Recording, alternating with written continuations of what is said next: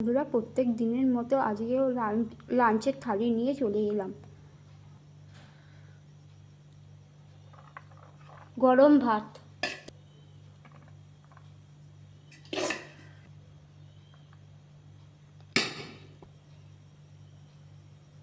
ডাল সিদ্ধ,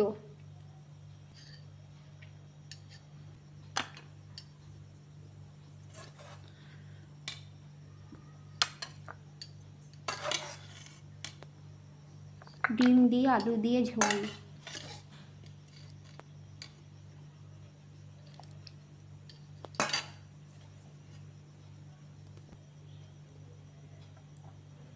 শুটকি মাছের ঝাল,